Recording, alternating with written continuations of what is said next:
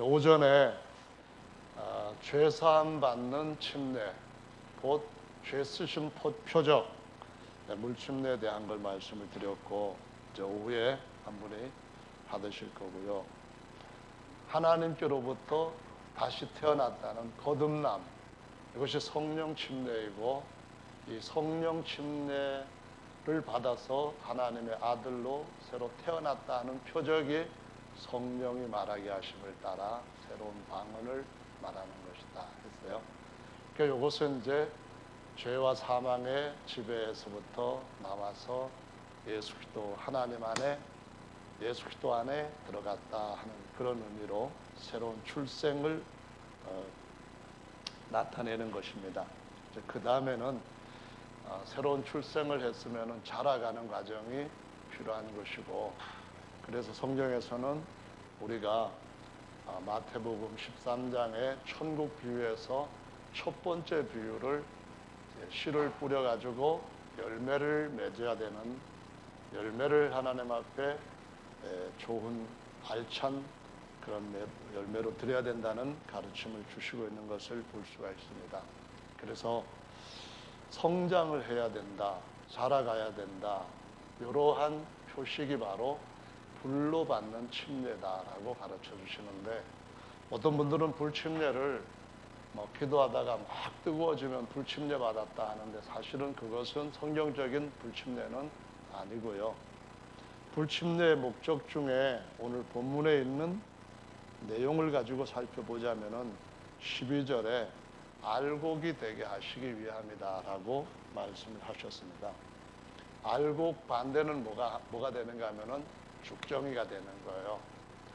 그러면은 두 가지 침례, 물과 성령으로 거듭나는 물 침례와 성령 침례는 우리가 하나님 앞에서 곡식시, 천국시, 천국의 아들이 되었다 하는 그런 증거이지만은 반대로 다른 예수, 다른 복음을 받아서 잘못 믿으면, 예수는 믿기는 믿는데 복음을 믿는다고는 하는데 성경적이지 않는 예수, 성경적이지 않는 다른 복음을 믿게 되면은 고린도후서 11장에서 2절부터 4절에 다른 예수, 다른 복음, 다른 영을 받으면은 뱀이 전해주는 거짓말을 받았다 해서 뱀의 씨라고, 그러니까 독사의 자식들아 이렇게 책망했던 이 무서운 결과를 얻게 되기 때문에 예수님 재림하실 때는 가라지를 먼저 모아가지고 불에다가 집어넣는다고 말씀하셨어요. 그래서 어느 것이 곡식이고 어느 것이 가라지냐 구별하려면은 교회가 시작되는 바로 첫날, 아주 처음부터 전파된 가르침을 받으면, 처음에 전파된 예수님, 처음에 전파된 복음, 처음에 전파된 성령, 이걸 받으면은 곡식을 받는 것이고, 그렇게 말씀으로 거듭났을 때 자라가야 된다고 말씀을 합니다. 왜 자라가야 되냐면은 자라지 않고 그냥 있으면은 어떻게 되냐면은 그냥 겉모양만 그리스도인이지 하늘나라의 곳간에, 수장절에 천국 곳간에 수장될 수 있는, 수장이라는 말은 추수해서 저장한다 그런 의미로 수장될 수 있는, 저장될 수 있는 그러한 곡식이 못 된다 그런 말씀이거든요. 그래서 자라가는데 필요한 것이 불침례인데, 이것이 알곡이 되는 것이라고 하면서 마태복음 13장에서는 뭐라고 비유했냐면은 6절 말씀에 해가 돋은 후에 타져서 뿌리가 없으므로 말랐고 이렇게 말합니다. 그러니까 해가 돋았다. 해가 돋아가지고 이제 햇빛이 비추는 거예요. 선샤인이 되고 있는데, 이렇게 해야 적당한 그 빛을, 햇볕을 받음으로 열매가 잘 연글게 된다는 건데요. 이렇게 하지 않고 시들어 버리는 경우가 있는데, 이것은 바닥에, 믿음의 바탕, 마음의 바탕에 돌이 있어서 뿌리를 못 내렸기 때문에 말라서 죽는다라고 말씀하는데요. 요거를 햇볕이 비추는 거를 다른 각도에서 뭐라고 설명을 했는가 하면은 21절에, 마태복음 13장 21절에 보면은 그 속에 뿌리가 없어 잠시 견디다가 말씀을 인하여 환난이나 핍박이 일어나는 때에 곧 넘어지는 자요라고 말씀합니다. 그러니까 햇볕은 곡식을 연글게 하는데 꼭 필요한 겁니다. 그래서 일사량이 꼭 필요한데 충분한 일사량을 받지 못하면은 죽정이가 된다는 거예요. 그래서 죽정이는 아무리 방앗간에서 이렇게 봐도 먹을 수 있는 곡물이 나오지를 않으니까 아예 불에 넣어버린다라고 말씀하시고 있습니다. 죽정인지 그 알곡인지 어떻게 알 수 있는가 하면은 키질을 한다는 거예요. 그래서 이 키질이 어떤 것인가 하면은 예수님께서 베드로와 다른 제자들 데리고 변화산상 아니라 겟세마네 동산에 가셨을 때에 그때 마귀가 예수님한테 청을 했답니다. 뭔 청을 했는가 하면은 베드로 저 믿음이 엄청 엉성하니까 나한테 내주시오 이렇게 했다는 겁니다. 나한테 달라고 그렇게 해서 내가 내줄 것 같으냐 안 내준다 하시면서 뭐라고 했는가 하면은 그가 마음이 약해서 나를 부인하기도 하고 나를 모른다고 부인하는 것뿐만 아니라 맹세도 하고 심지어 저주까지 한다 할지라도 그 본심이 하나님을 떠난 것이 아니기 때문에 예수님께서 붙드신다는 거예요. 그래서 어떻게 했냐면은 마치 밀 까부르듯 하려고 너를 청구했다. 마귀가 그러는 거예요. 그래서 여기 보면은 타작마당에 밀 까부르듯 하는 의미가 같이 들어와 있는 거예요. 타작마당에서 여러분이 시골에서 추수할 때 어떻게 했는가를 아마 연세 드신 분들은 아실 거예요. 이러한 키가 있으면은 거기다가 타작한 곡물을 집어넣고 알곡과 죽정이를 분리를 하는 거예요. 분리를 할 때 어떻게 하냐면은 이렇게 하면은 이렇게 할 때에 이 안에 있는 곡식 알갱이가 쭉 올라갔다가 쭉 떨어지잖아요. 그 떨어지는 중력에 의해서 여기 밑에 있던 바람이 쑥 사방으로 훅훅 불어내는 거예요. 그러면은 알이 차 있는 알곡은 그 자리에서 뚝뚝 떨어지면서 안쪽으로 이 키질을 하는 동안에 이 각도 때문에 안쪽으로 살살살살 들어와요. 반면에 죽정이는 떨어질 때 생기는 바람이 이렇게 퍼지는 걸 통해 가지고 밖으로 쭉쭉쭉 나가 가지고 키 밖으로 떨어져 버리는 거예요. 그래서 이것들은 모아서 그냥 모깃불이나 피우자 하든가 아니면 거름으로 쓰든가 이렇게 하는데 알맹이는 탁 털어가지고 자루에다 탁 넣거나 또는 두지에다 탁 넣어가지고 양식으로 삼잖아요. 그 마찬가지로 알곡과 죽정이가 되는 것을 수시로 주님은 핍박이라든가 아니면은 말씀으로 믿음으로 인하여서 오는 세상 험한 세상에서 겪는 여러 가지 어려운 일들 중에서 주님이 그것을 단단한 알곡으로 만드는 선샤인이라는 거예요. 그러니까 좋은 거란 말씀이죠. 그런데 그렇게 하는 것이 한편으로 이 마음에 마귀가 주는 마음을 받아들이게 된다면은 중심이 하나님이 주시는 말씀에 있지 않고 이것을 빼앗겨버리고 다른 걸로 교체를 해버리게 된다면은 그때부터 문제가 생기는 거예요. 가룟 유다와 같이 결국은 실패할 수 있다는 거죠.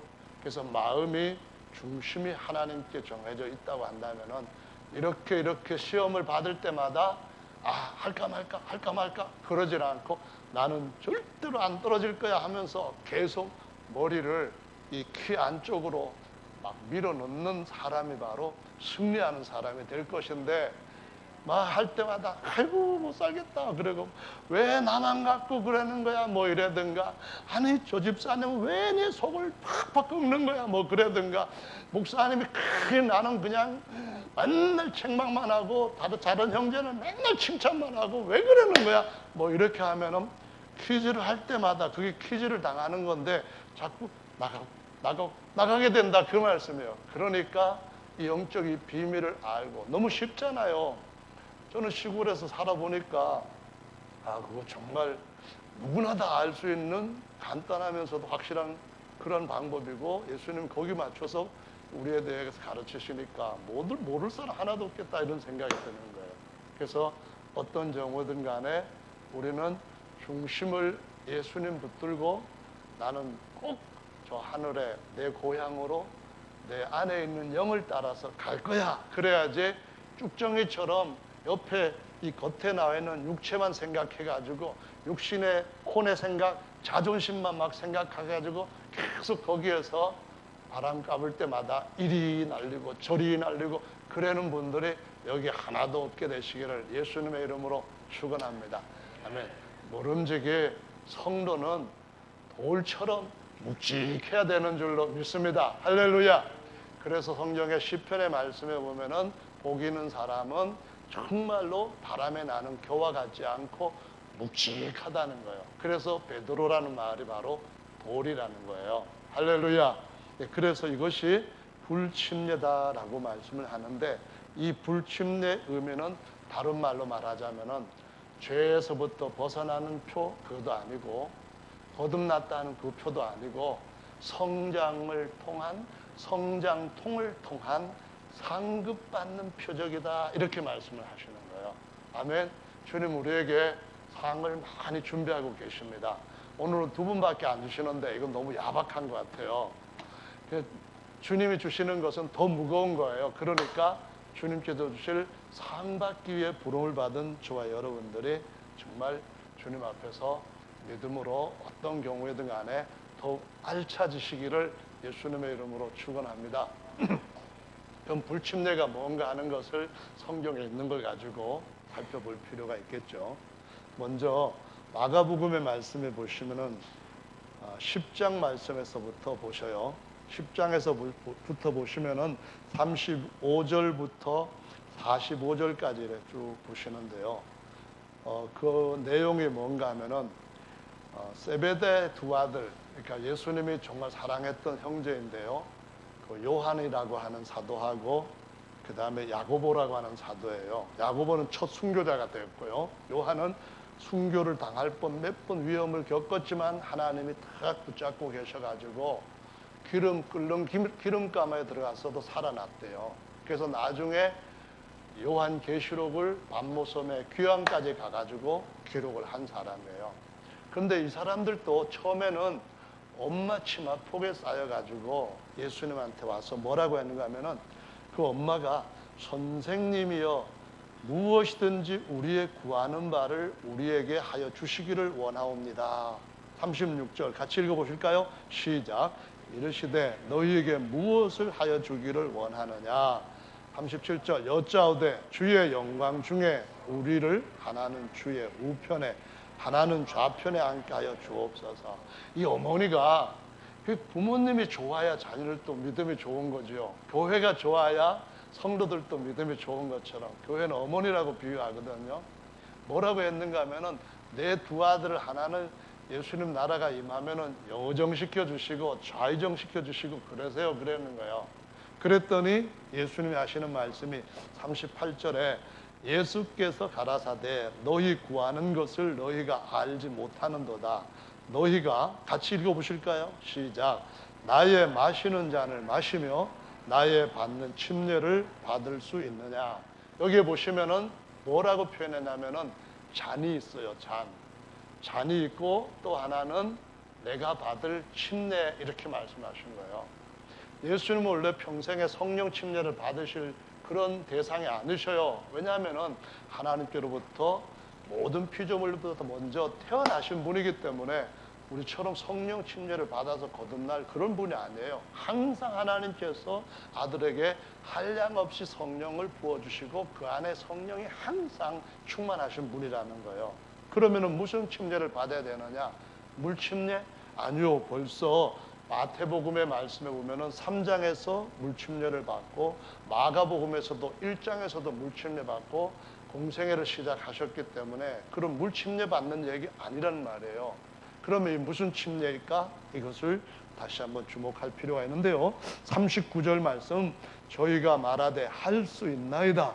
예수께서 이르시되 너희가 나의 마시는 잔을 마시며 나의 받는 침례를 받으려니와. 이제 40절부터 보시면은 좌우편에, 내 좌우편에 앉는 것은 내 잔을 마셔도 또 내 침례를 같이 받아도 그것으로 받는 것이 아니고 뭐 때문에 예수님 가까이 좌우편에 앉을 수 있다라고 하셨는가 하면은 뭘까요? 41절 말씀부터 보시겠습니다. 열 제자가 듣고 야고보와 요한에게 대하여 분통을 터뜨렸대요. 42절 예수께서 불러다가 이르시되 이방인의 소위 집권자들이 저희를 임의로 주관하고 그 대인들이 저희에게 권세를 부리는 줄을 너희가 알거니와 43절부터 45절까지 같이 읽어보겠습니다. 시작.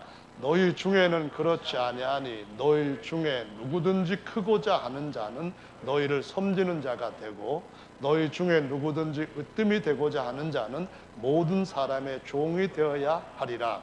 인자에 온 것은 섬김을 받으려 함이 아니라 도리어 섬기려 하고 자기 목숨을 많은 사람의 대속물로 주려 함이니라. 아멘. 누가 예수님 보좌 가까이 앉을까요? 보좌에 가까이 앉는 분들은 어떤 분들인가 하면은 예수님께서 죄인들을 섬기기 위하여서, 그것도 십자가의 수치와 고통을 통하여서 자신의 살과 피를 우리에게 먹고 마실 양식으로 주시기 위하여서, 소가 자신의 모든 것을 사람에게 먹을거리로 주는 것처럼 그렇게 종노릇하기 위하여서 오셨다 하시면서 누가 진정으로 큰 자로 영광을 얻을 것이냐 하는 말씀은 세상과 다르다고 가르쳐 주시는 거예요. 믿습니까?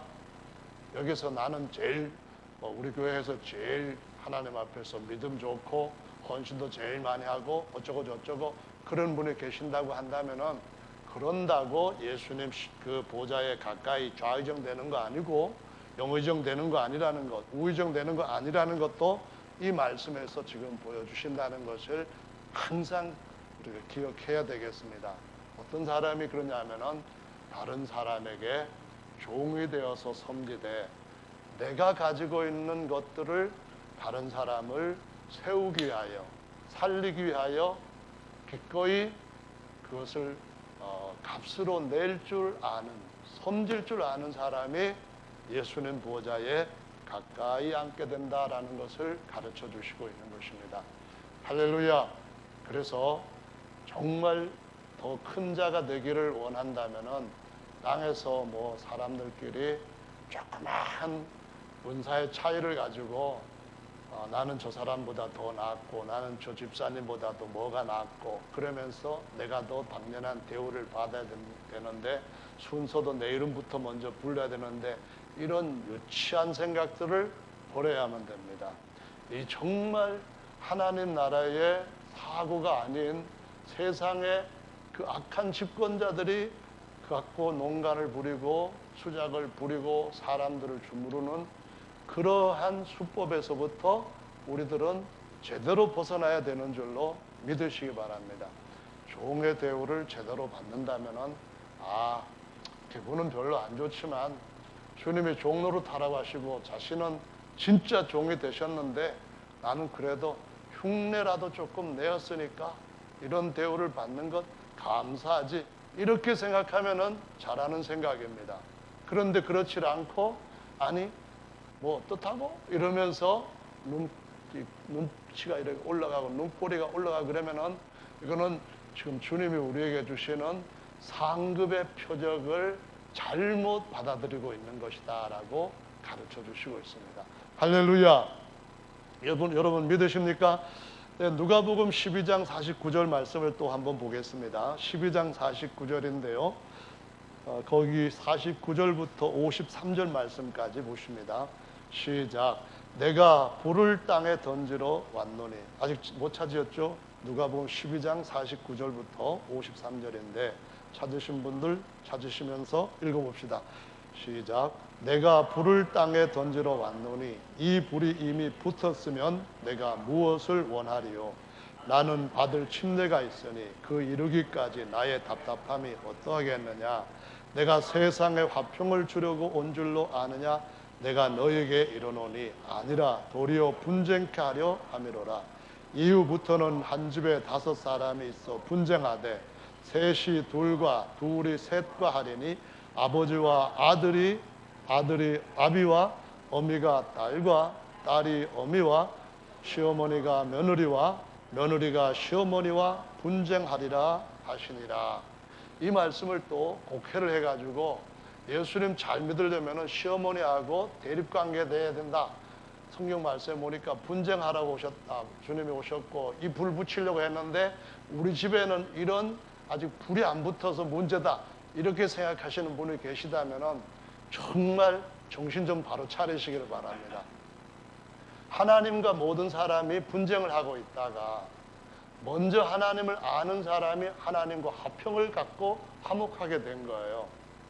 우리 모두가 하나님과 싸워가지고 이길 수 있는 자는 아무도 없는데 하나님이 자신을 종의 모습으로 오셔가지고 다 내주시면서 화목하게 하는 화목제물이 되어주신 거예요. 그래서 이 하나님과 우리가 화목하게 되었으면은 지금 하나님과 화목하지 않는 우리 시어머니, 화목하지 않는 우리 시아버님, 화목하지 않는 형님, 화목하지 않는 시동생, 화목하지 않는 시누이, 그들하고 같이 어떻게든지 화목하게 하는 그 불을 우리 가정에 붙여야 된다. 그런 말씀이에요. 그냥 마귀와 같이 사귀는 옛날 습관을 따라가지고 뒤에서 시어머니 흉을 보는 게 왜 그렇게 재미나고 즐거운지 그냥 모이면은 우리 시어머니는 뭐 하면서 막 어떤 며느리는 자기 시어머니 보고 그 여자 뭐 이런 식으로 표현도 하고 그러는데 아이고 이게 보면 볼수록 가관인 거예요. 왜냐하면은 귀신들이 춤추고 귀신들이 그 중에서 맨날 잔치하는 것 같은 그 뒷면이 보이는 것 같으니까요. 그래서 처음에는 예수님 믿겠다 하면은 하나님과 화목하지 않는 시어머니나 화목하지 않은 시누이가 엄청 대들어요. 괜히 속을 푹푹 끓고 잘해주면은 잘해줄수록 더 미운 짓을 하는 걸 볼 때에 여기까지 하면 됐다 하고 그럼 나도 똑같이 하겠다. 그러면은 둘 다 화목하지 못한 것이 하나님과 화목하지 못하게 돼버리는 거예요. 그래서 어떻게 되냐면은 하나님의 말씀을 따라 예수님이 우리와 화목하게 하시는 제물이 되신 것처럼 가다 보면은 주님이 진짜 모두가 다 완전 화복, 완전 평화로 나가게 하는 피스의 메이커들이 되는 줄로 믿으시기 바랍니다. 피스 메이커가 하나님의 아들이 된 거라는 거예요. 그러니까 이것이 불이 붙어야 되는데 힘든 일이에요. 쉬운 일이 아니기 때문에 이런 걸 가르쳐서 뭘로 하는가 하면은 내가 붙여야 할 먼저 하나님과 백성들을 화목케 하는 화목제물로 침례를 받아야 되고 불침례를 받는다 그 말이에요. 먼저 내가 사람들한테 그 사람들이 하나님과 화목하지 않은 상태에서 중간에 가서 중재자 역할을 해야 되겠다 해가지고 화목케 하는 제물이 되셨다는 거예요. 이것이 바로 주님이 우리에게 주신 뭐라고요? 화목케 하는 직분이요 하나님의 사신으로 보내심을 받은 우리의 신분인 줄로 믿으시기를 예수님의 이름으로 축원합니다. 다시 이제 내가 마실 잔이 있고 내가 받을 침례가 있다 했어요. 그러면 이 잔이라고 하는 말씀을 통해서 뭔가 이것이 확실하게 여러분한테 잡히는 게 있을 거예요. 예수님이 십자가 달리시기 전에 성만찬을 하시면서 뭐라 하는가 하면은 내가 이제부터는 하나님 나라에서 새로운 포도주를 마시기까지는 이건 안 마신다. 그리고 난 뒤에 이거는 너희를 위하여서 흘리는 바 나의 피다. 마시고 기념을 하라. 그 말씀하시고 어디로 가십니까? 겟세마네 동산에 기도하러 가시는 거예요. 왜 기도하러 가셨는가 하면은 겉사람은 모든 사람의 저주를 짊어지는 것이 너무 싫은 거예요. 싫다기보다는 아주 순결한 처녀를 깡패 소굴이라든가 아니면은 창녀촌 그 여자들 팔아먹는 그런 곳에다가 집어넣는다 할 때 그 여인이 느끼는 기분이 얼마나 끔찍하겠어요. 예수님은 정말 거룩한 분인데 모든 사람의 저주를 다 짊어지시는 것이거든요. 그래서 마지막에는 예수님이 엘리 엘리 라마 사박다니 이렇게 부르짖는 것으로 그분의 십자가의 이제 삶을 끝내시는데 그 말의 뜻이 뭐냐면은 하나님, 나의 하나님, 나의 하나님 어찌하여 나를 버리시나이까 이거예요. 사람들이 하나님이 예수 아들을 버리셨네 그렇게 생각하는데 우리의 모든 죄를 짊어지셨기 때문에, 저주를 다 짊어지셨기 때문에 진짜로 짊어지셨다는 그것이 그가 하나님으로부터 버림받았다고는 느낌까지도 그대로 강렬하게 체험되어져야만 된다는 거예요. 하나님이 버리질 않고 그를 다시 죽음에서 살리시는데 거기까지 순종을 해야 되는 거예요. 그런데 순종하기 전에 이것이 너무 힘드니까 그냥 육체적 고통보다도 심적으로 느껴지는 온갖 그 더럽고 추악한 것들, 그건 너무 심하니까 그래서 기도를 어떻게 하셨는가? 여기에 바로 이 주님이 받으시는 침례가 무엇인지, 불침례가 무엇인지를 보여주시는 거거든요. 여러분, 부부싸움 하면 기분 더럽게 나쁘죠? 다 안 해보셔서 모르시나 봐요. 진짜 부부싸움 하면 더럽게 나빠요. 여러분, 저만 한 것 같이 그렇게 하시는데 좀 양심 있게 얼굴 좀 제대로 소통하면서 말씀을 나눠봅시다. 부부싸움도 그렇지만은 가정이 화목하지 못할 때에 이건 정말 회사에서 분위기 나쁜 것보다도 비교할 수 없을 정도로 힘들어요. 아내가 남편 무시하고 뭐 폭언도 막 하고 가볍게 하는 말도 막 하고 또 남편도 아내한테 막 그냥 무지막지한 말하고 때로는 갖다 폭언에다가 폭력도 쓰고 그러면은 이 분위기와 느껴지는 감정 이렇게 오가는 그 어떤 저주는 상상을 할 수 없이 들어온 거예요. 근데 인류의 모든 부부싸움을 할 때 느끼는 저주를 예수님이 대신 지셨다고 한번 생각해 보세요. 끔찍하잖아요. 근데 사실은 다른 사람 말할 것도 없고 부부싸움 할 때마다 예수님이 우리 싸울 때 더러운 기분 다 지시는 거 느끼셨구나. 이거 생각하시고 줄이시기 바랍니다. 그리고 좀 줄일 뿐만 아니라 톤 좀 낮추시기 바랍니다. 하나, 둘, 셋, 참자 하고 네 번째는 웃으시기 바랍니다. 서로 정죄하는 것으로 나가면은 서로 물고 뜯고 같이 망합니다. 그런데 오늘 아까 어떤 남편한테 눈빛만 마주쳐도 이런 아내는 사랑스럽다 할 때 그 마음 계속 4-5만 헤아리시고 억지로라도 그래 하시면은 주님은 자연스럽게 우리 안에서 좋은 것이 나오게 하시는 줄로 믿습니다. 거기 바로 에덴 동산의 중앙에 있던 생명 과일 따가지고 자네도 먹고 나도 먹세 하는 것이라는 거죠. 그런데 잘못된 것만 서로 주고받고 하다 보면은 나중에는 거기에 사실보다도 감정들까지도 막 더럽게 묻혀져 가지고 악화일을 해요. 그러니까 무슨 불이 붙어요?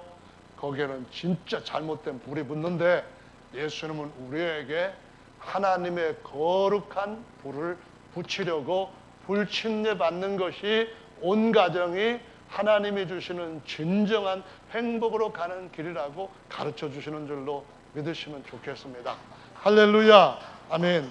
그래서 주님이 기도한 내용이 이거예요. 주여, 아버지요, 할 수만 있거든 이 잔을 내게서 지나가게 해 주십시오.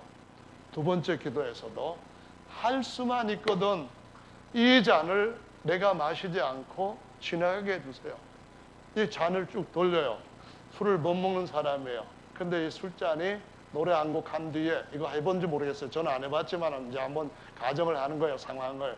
노래 딱 끝나면은 그 술잔이 거기 앞에 놓인 사람을 마셔야 된다 해가지고 돌려요. 그렇게 계속 돌리다 보면은 이제는 그만 마시고 싶은데 그럴 때에 예수님 심정이 딴 사람한테 간 게 아니라 자기 앞에만큼은 오지 않으면 좋겠다 해서 지나가게 해 주십시오 이러는데 뭐라고 말씀하시는가 하면 뒤에 그러나 내 뜻대로 마옵시고 아버지의 뜻대로 되기를 원합니다 이렇게 말씀합니다.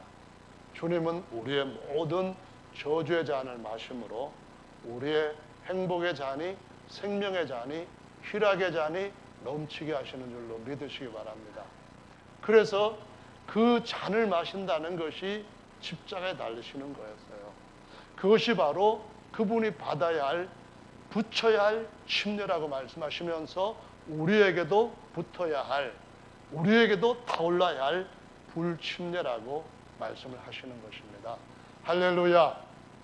그래서 아무리 믿음이 좋고 아무리 은사를 큰 걸 여러 개 갖고 있다 할지라도 자기 몸을 불사르도록 내준다 할지라도 예수님이 주신 사랑이 없으면 아무것도 아니다라는 말씀처럼 우리 속에 예수님의 사랑이 꺼지지 않도록, 소멸이란 말은 꺼져서 소화기로 끄는 것처럼, 소방서에서 끄는 것처럼 꺼지지 않도록 우리에게 계속 불 붙어 있게 하시는 이런 삶을 주셨고, 이런 삶이 모든 것들을 이기게 하는 승리의 능력 있는 삶이다 라고 가르쳐 주시고 있다라는 말씀입니다. 할렐루야. 그래서 이 불침례는 우리에게 무슨 표적이라고요? 상급을 주기 위한 의미의 표적이다 라는 말씀입니다. 할렐루야. 아멘. 오늘 마가복음 16장의 말씀에 보면은 예수님께서 제자들을 보내실 때에 그 말씀하셨어요. 무슨 얘기인가 하면은 모세가 가가지고 애굽에 있는 모든 신들한테 벌을 내렸어요. 하나님이 모세를 바로 왕한테 신이 되게 하셨어요. 그래서 바로가 믿는 모든 신들, 애굽에 믿는 모든 신들을 전부 다 벌을 내려버리게 하신 거예요. 할렐루야. 아멘. 그래서 모세가 그 애굽에 들어가가지고 10가지 재앙들을 쭉 연차적 차례대로 일으키면서 이스라엘 백성들한테 예전의 조상들한테 알리셨던 전능하신 하나님 엘샤다이의 이름이 걸맞은 분이라는 것을 보여주는 거예요. 아멘. 내가 조그만 아브라함의 가정만 일으킨 그런 정도의 전능자가 아니라 이 어마어마한 나라인, 그때 당시에 이집트는 최고의 강한 나라였어요. 이 나라도 내 손대로 마음대로 주무르되 내 손으로 하질 않고 이 80세 된 노인 모세를 통하여서 하겠다 하는 말씀을 하시면서 실제로 보여주신 거예요. 아멘. 어떤 사람들한테 400년 동안 노예로 호적도 없고 그냥 단지 뭐 누구에게서 났다 이거 필요 없어요. 적어도 강아지 중에서도 좀 명품 강아지는 요거 어디에서 나서 어떻게 해가지고 교배를 해서 어디서 나왔다 하는 호적이 있어요. 가게가 있어요. 그런데 그냥 사고 팔고 하는데 별로 그 가치에 대한 것들이 없이 팔리는 그런 것들은 그런 거 없어요. 그냥 강아지는 이거 강아지입니다. 팔면 돼요. 노예들은 정말 사람 대우받지 못하고 400년 동안 그렇게 엄청난 고난을 겪어왔던 사람들이고, 심지어는 아들을 낳으면 날강에 자기 어머니가 자기 손으로 버려야 됐을 만큼 이런 비참한 삶을 살았던 사람들인데 이들을 지금 인도하러 가는 거예요. 근데 모세가 가가지고 여보시오 형제들, 하나님이 나를 보내시면서 나는 스스로 계신 하나님이라 하셨어. 이제 하나님이 우리를 애굽에서 나가게 불러내신다고 해방시킨다 했으니까 나갑시다. 그럴 때 뭐라 그러겠어요? 애굽에 있는 장로들이 모여갖고 뭐라 그러겠어요? 저것이 지금 정신이 있냐 없냐? 뭔 소리를 하는 거야? 그러지 않겠습니까? 세상에서 우리가 예수님을 믿는 것은 애굽에서 나오는 것보다 더 어려운 일이에요. 정말로 사단 마귀와 죄의 그 사슬을 끊고 나오는 건 더 어려운 얘기예요. 요즘 오늘도 침례를 받으시는 우리 이스라엘, 영국, 미국 자매님, 다르게 이제부터는 영원토록 미리암처럼 살겠다 자매님. 그 지역에서 우리 적어도 우리 구역장님하고 특별히 우리 박수정, 그 박수정이라고 하는 아주 진짜 뭐랄까요, 귀신하고 싸우는 대장 자매님. 그 지역에는 정말 그 역사가 강해요. 무당집에도 많이 가고 뭐 어떤 귀신의 역사들을 해가지고 억압도 많이 오고 또 뭐 점도 많이 봐야 되고 막 그런 일들이 사방에 있는, 주변에 그런 사람들이 여기저기 있는 그 속에서 일하면서 거기 있는 자매님들한테 예수님에 대한 얘기를 할 때 오늘 마가복음의 말씀처럼 그 이름의 권능과 그 안에 계시는 함께 하시는 성령의 손으로 그들을 해방시키는 역사들을 하는 거예요. 할렐루야. 아멘. 그런 것 없이 그냥 와서 예수님 믿으라는데 오면은 참만 냈다 오고 머리 터질 듯이 그냥 아프게만 하고 다음에는 내가 고문당하러 갈 것 같은데 안 가겠다 그럴 거 아닙니까? 그런데 와서 실제로 거기로부터 마귀가 물러가고 역사하는 것들이 줄어들고 끊어지고 사람의 삶이 변화되고 우리 성품이 달라지고 하는 역사가 일어나니까 예수님을 믿는 거 아니에요? 실제로 한번 생각해 보세요. 애굽에서 400년 종살이 하던 이런 노예들한테 나가자 했을 때 아무런 기적도 없고 전능하신 하나님 뭐 하시는 분인데 교리대로 논리대로 전능하신 하나님은 엘샤다라고 하는 이름을 갖고 있는데 엘은 하나님이란 그 단어의 약자이고 샤다이라고 하는 말은 능력, 강한 힘이다 이런 거야. 그래서 하나님은 엘샤다이니까 하나님이 강한 전능자인 줄 믿어. 그만 갖고 되겠습니까?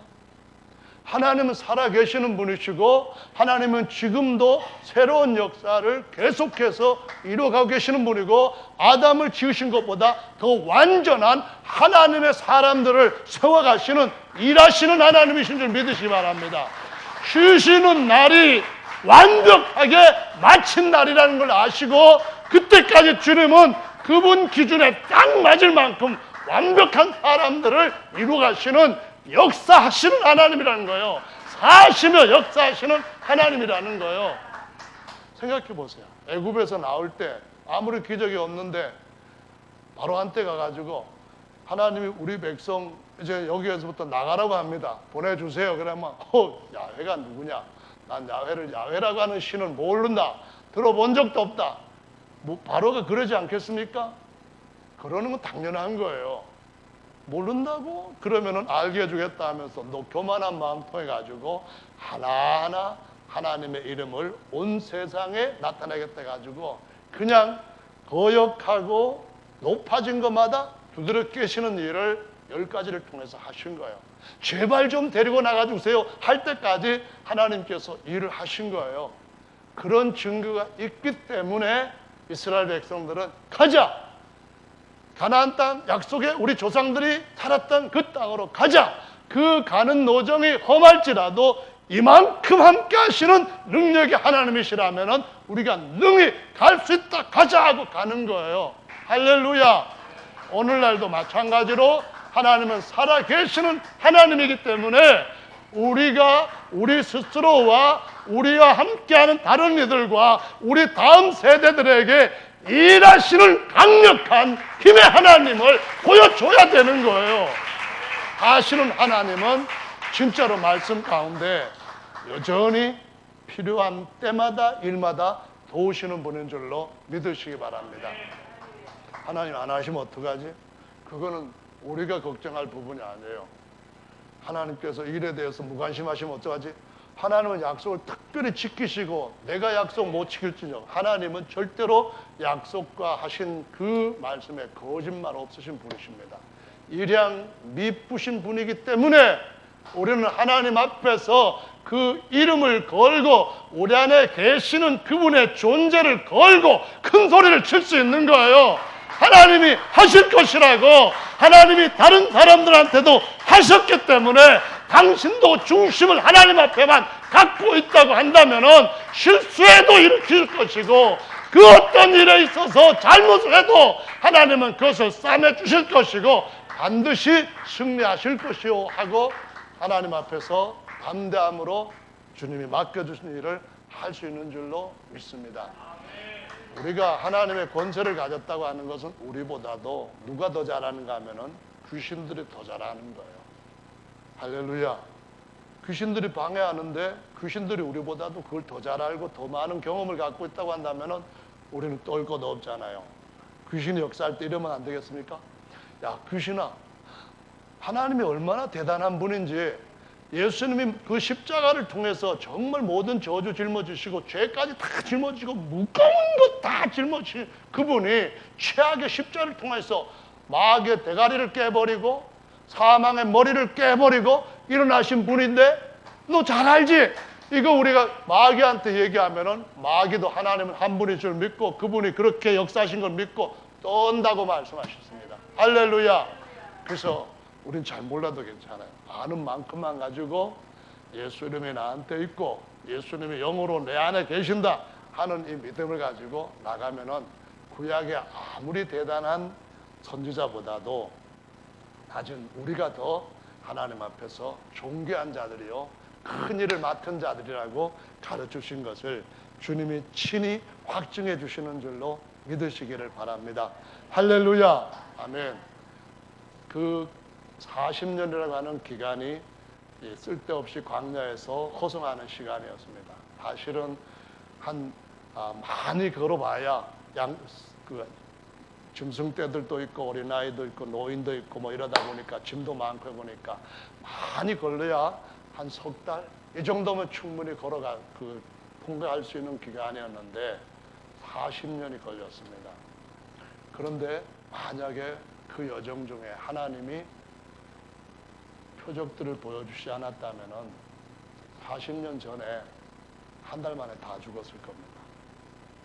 40년 동안 하나님이 표적을 보여주셨기 때문에 40년 동안 돌았어도 하나님을 믿지 못했던 마음이 높아졌던 사람들은 다 자기 생각, 자기 판단, 자기 경험 가지고 전부 다 쓰러졌지만은 아녀자들도 어린아이들도 다 약속의 땅에 들어간 줄로 믿으시기 바랍니다. 여러분 60만 3,550명 중에 2명 들어갔다고 했는데 군대로 싸울 수 있는 사람이 그 숫자였어요. 그 외에 다른 모든 사람들은 그냥 보통 사람들인 거예요. 약한 사람들인 거예요. 짐지고 가면서 무거워가지고 아이고 어리 아이고 하는 그런 할머니도 있었고 또 뿐만 아니라 어린아이같이 그런 애들도 있었고 아기를 며칠이나 데리고 다니는 아줌마도 있었고 똑같이 광야에서 똑같은 환경에서 갔지만은 하나님을 의지하고 그 하나님의 능력이 어느 때든지 심하다 때마다 도우신다는 걸 믿었던 사람들은 다 들어갈 수 있었던 거예요. 하나님의 능력은 요즘도 변함없는 줄로 믿으시기 바랍니다. 하나님은 요즘도 태만하게 이만큼 내가 일해 왔으니까 조금 휴가 좀 가자 그러신 분이 아니라는 거 기억하시기 바랍니다. 구약에서는 6일 동안 창조하시고 7일째 쉬셨어요. 그러면서 성도들한테도 구약 성도들한테는 오늘은 특별히 구별시킨 날이니까 너희들도 쉬어라. 이것이 너희와 나의 표징이다. 영원한 표징이다. 이렇게 말씀하셨어요. 근데 그 말씀은 왜 7일마다 이거를 기억하라고 하셨는가 하면은 봐봐라. 하늘에 있는 것 다, 땅에 있는 것 다, 너와 너의 가족 모두 다 내가 내 손으로 지은 것 아니냐. 나 이렇게 대단한 것임을 일주일마다 되새기고 잊지 말고 계속 그 사실을 붙들고 가야 할 곳까지 완전히 새로운 피조물로 모든 것 위에 세워질 때까지 너는 이것을 기억하라. 그래서 안식일을 7일째 계속 주신 거예요. 근데 새 창조에서는 주님이 7일째 쉬는 것이 없어요. 언제 쉬냐면은 7,000년 끝나시고 할렐루야 8일째 되는 그때부터, 그러니까 8,000년기가 될 때부터, 그때부터 하나님이 영원히 안식하시고 그분은 우리 사람들 안에서 그분이 하실 모든 일들을 너는 내 후계자다 해서 내일 맡아라. 내가 해야 할, 영원히 해야 할 그 모든 일들을 너희가 맡아라 하시면서 그때부터 영원히 안식에 들어간다고 말씀하시는 거예요. 아멘. 그럼 지금도 일하시는 하나님이시고 휴가 안 가신 하나님이신 줄 믿으시고 일마다 때마다 역사하시는 줄로 분명히 아시기를 바랍니다. 할렐루야.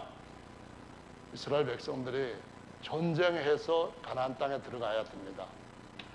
그들의 힘만으로는 불가능한 겁니다.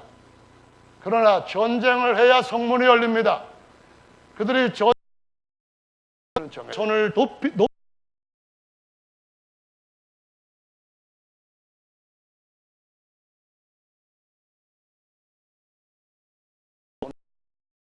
말씀에서 앞에 두드려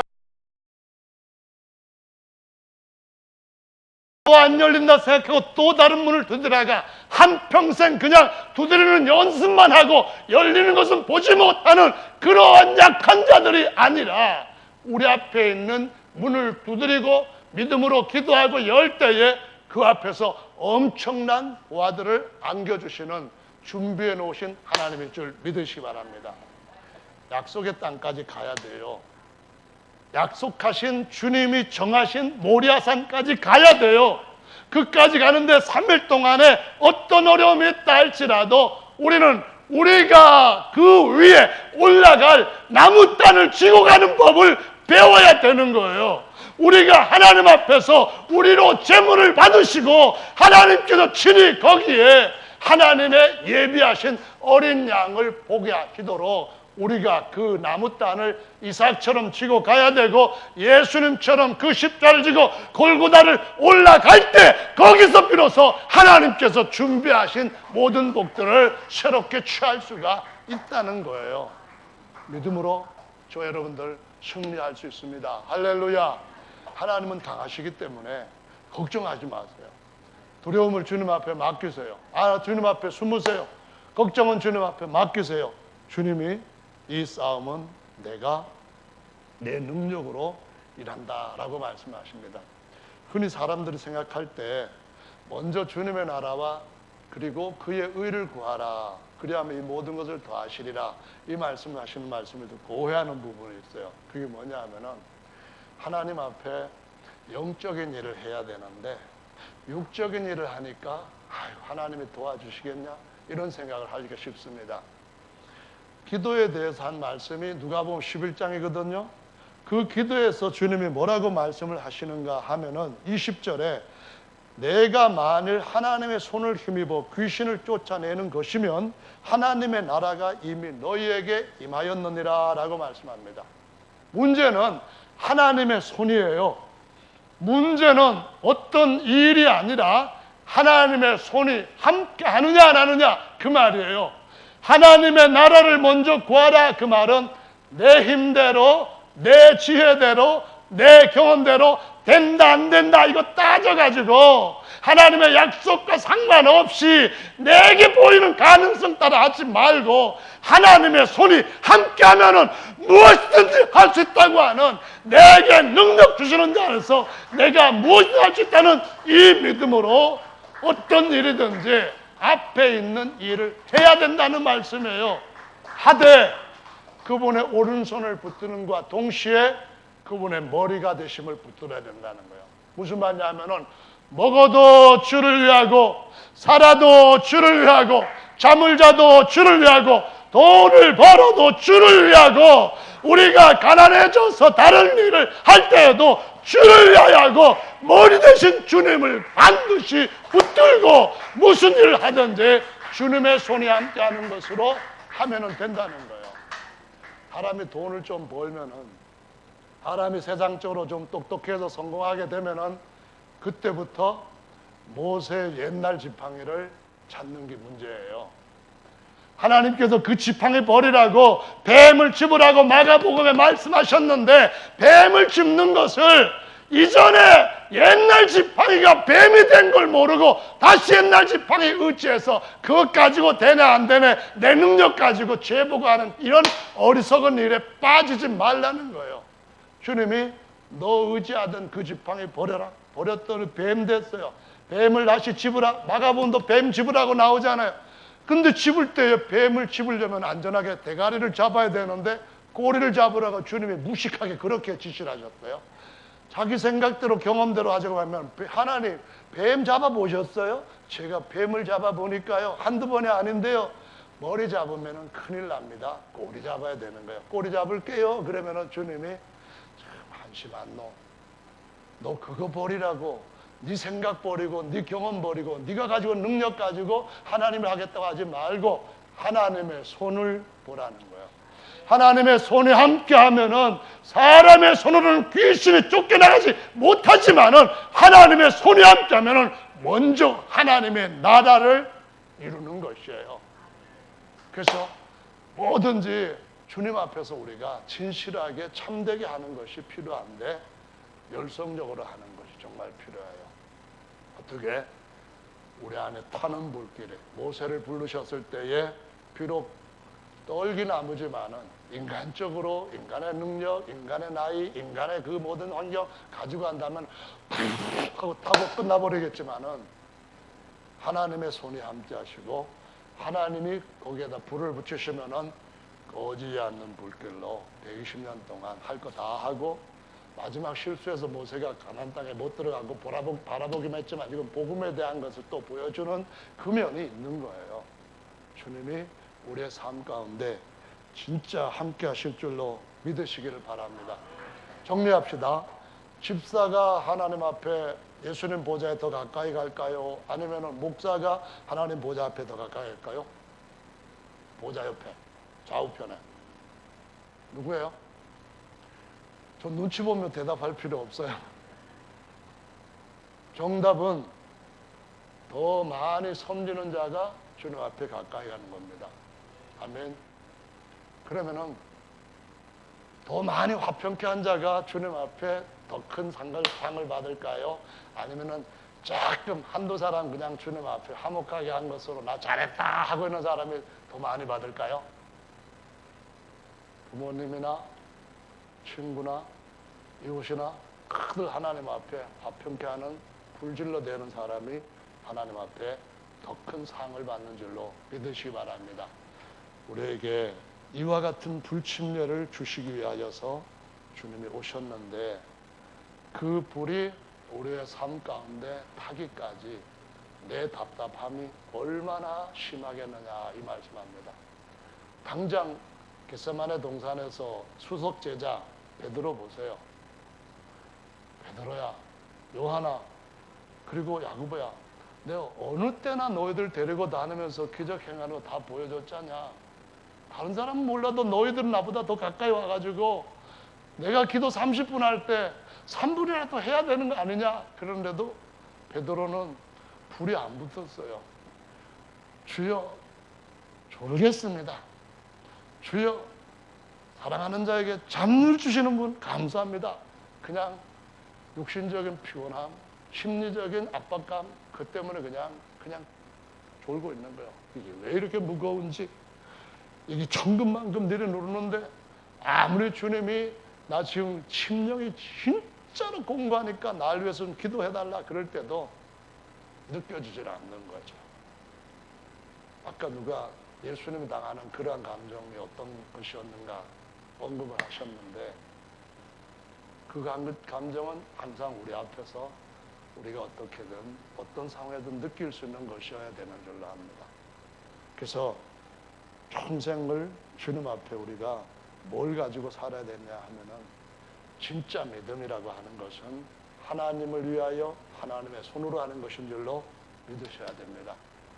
주님이 옳다 하시는 하나님의 의를 쫓으라고 하는 것은 아브라함이 자기 능력으로는 안 돼요. 자기 조건 상황으로는 안 돼요. 그러나 하나님의 말씀을 믿을 때에 믿음을 옳다고 하는 것처럼 그거 쫓으라는 거예요. 그러면 이 모든 것들 다 너에게 더해주겠다는 거예요. 한번 봅시다. 백부장 이야기가 마태복음 8장에 나오죠. 아멘. 믿습니까? 딱 나왔어요. 근데 뭐라고 했는가 하면은 선생님, 제 하인이 중풍병에 걸려가지고 너무 지금 고생을 하십니다. 그랬더니 예수님이 일부러 딱 그 마음을 아시고 내가 가서 고쳐주겠다 그러신 거예요. 그랬더니 이 백부장이 주여 그리하지 마옵소서. 저의 밑에도 100명 정도 부하가 있는데 야 가 그러면은 확 갑니다. 너 일로 와 그러면 딱 옵니다. 제 하인도 지금까지 한 번도 제 말을 거역한 적이 없습니다. 백부장인 저한테도 그리했거늘 하물며 주님께서 너 나라 이렇게 말씀하시면은 지가 안 낳고 백이겠습니까? 아니 한 번도 불순종한 적이 없는데 주님께서 그렇게 명령하시는데 순종 안 하겠습니까?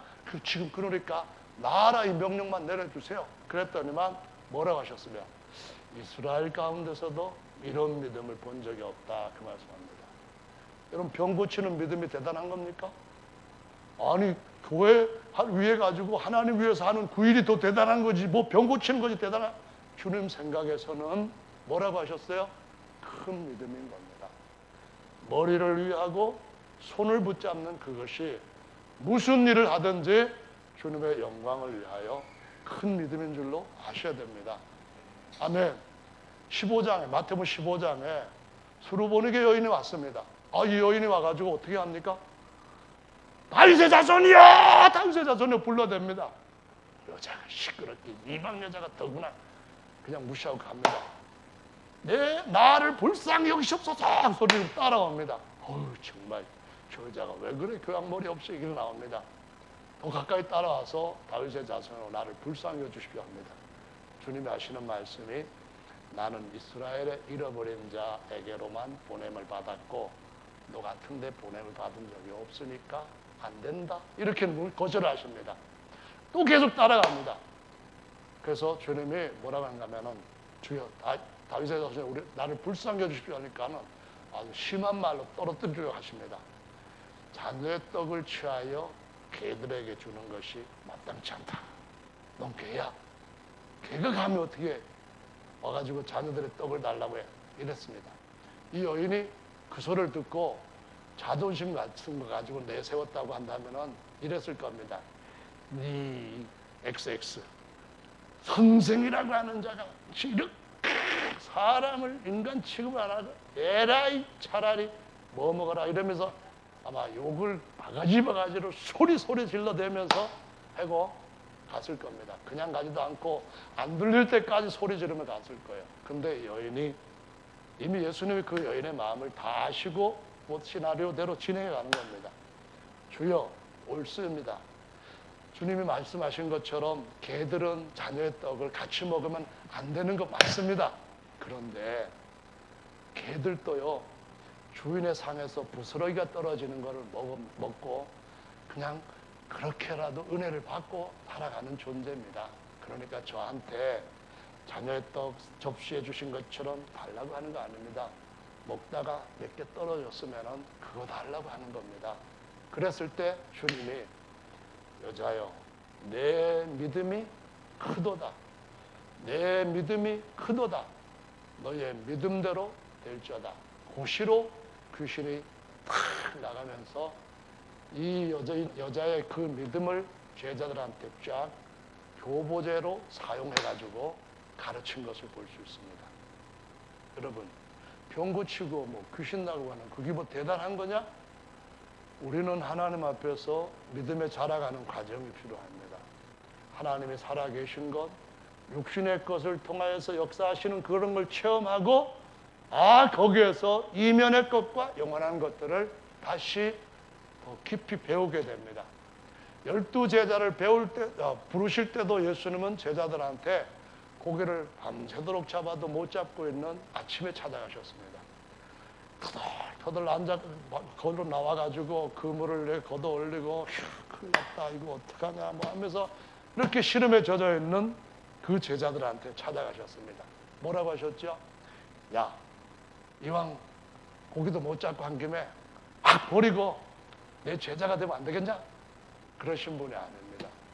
야 내가 너한테 하늘의 굉장한 비밀을 가져올 테니까 그거 못 잡았으니까 그냥 두고 나와 따라 그러는 분이 아니십니다. 그 그물을 깊은 데 가서 내려봐라 그 말입니다.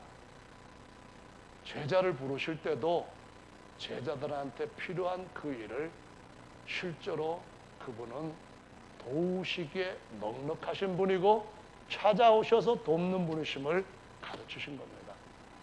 이것이 중요합니다.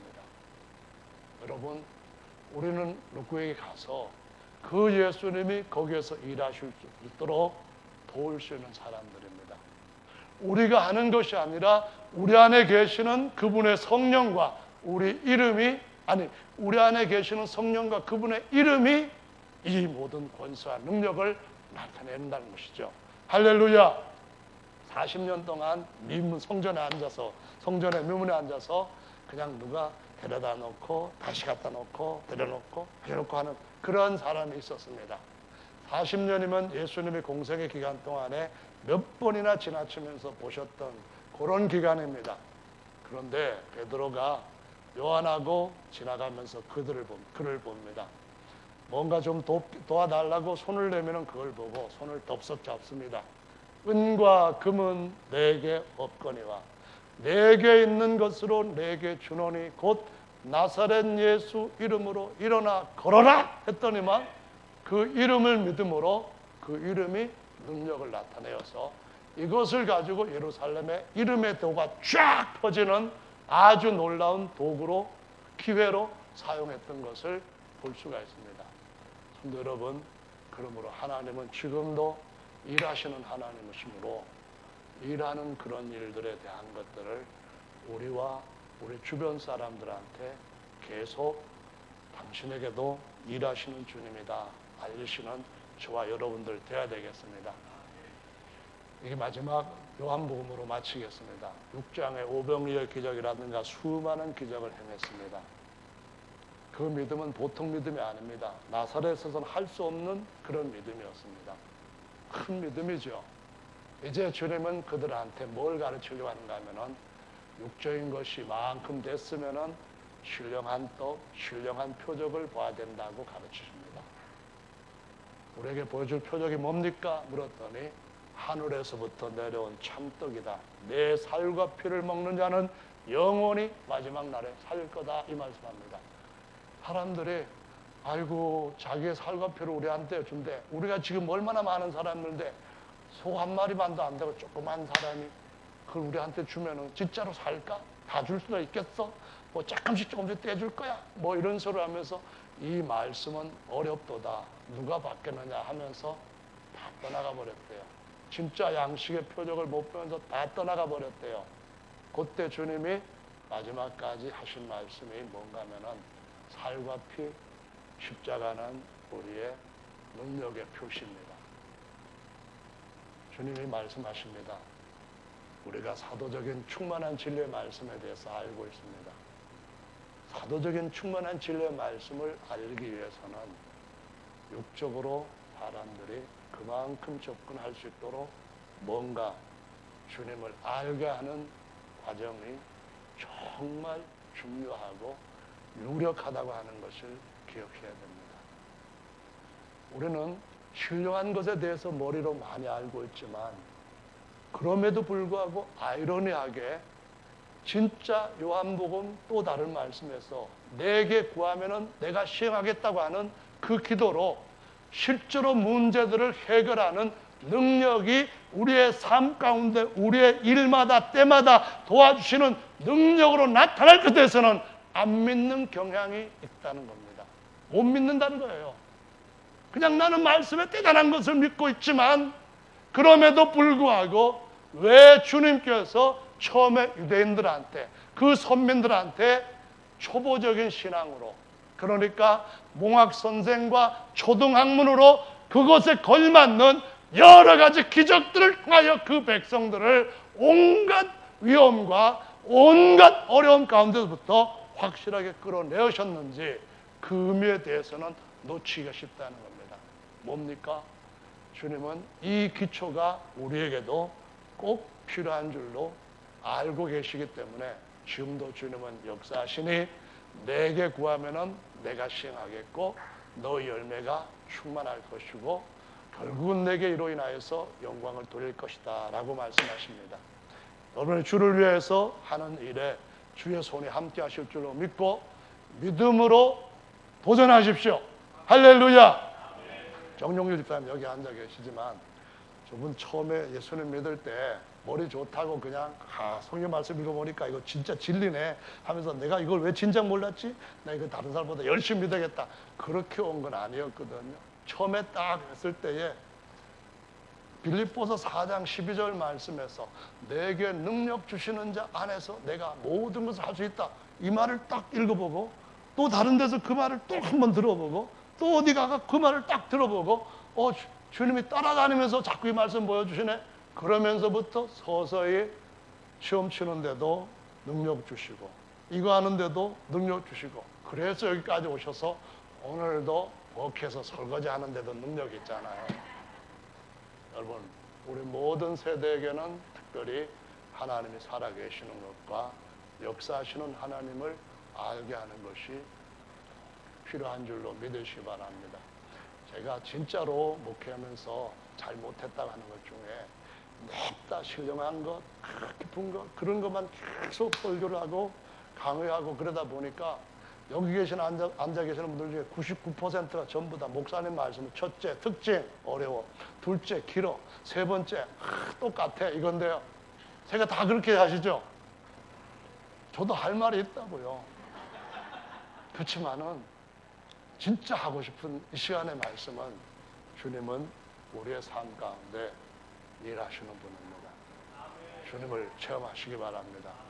그리고 바울처럼 내가 이런 주님을 당신한테 소개해 줄까? 내 주님이 너의 주님이 되라. 이렇게 할 수 있는 우리 모두가 되기를 예수님의 이름으로 축원합니다. 다 같이 나오셔서 자리 잡고 같이 함께 기도하는 시간 갖겠습니다.